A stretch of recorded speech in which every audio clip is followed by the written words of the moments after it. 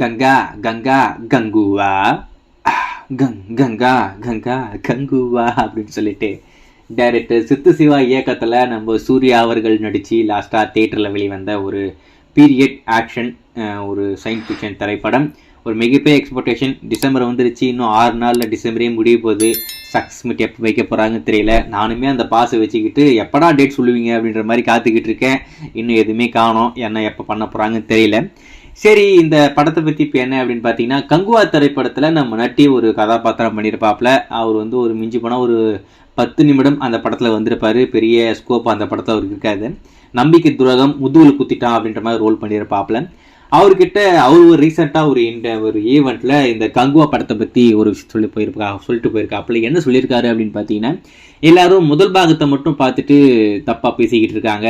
கதையே இதுக்கப்புறமா தான் ஸ்டார்ட் ஆக போகுது. செகண்ட் பார்ட்டை பார்த்துட்டாங்கன்னா இந்த ஃபர்ஸ்ட் பார்ட்டில் என்னெல்லாம் சொன்னாங்களோ அது எல்லாமே மறந்துடுவாங்க. அந்தளவுக்கு சூப்பராக இருக்கும்.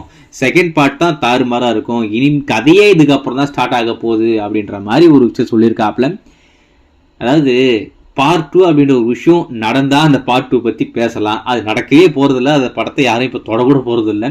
ஏன்னா இந்த கங்குவாவே மிகப்பெரிய தோல்வி பெற்ற படம். கிட்டத்தட்ட 150 கோடிக்கு மேலே லாஸ் ஆகிருக்கேன். அப்படி இருக்கும்போது கங்குவா 2 எப்படி நடக்கும் அப்படின்றது தான் எல்லாருக்கும் இருக்க ஒரு கேள்வி. ஆனால் நம்ம நட்டி அவர்கள் என்ன சொல்லியிருக்காருன்னா, நம்ம சித்து சிவா இப்போதைக்கு கங்குவா 2 ரொம்ப பயங்கரமாக பண்ணிக்கிட்டு இருக்காராமா.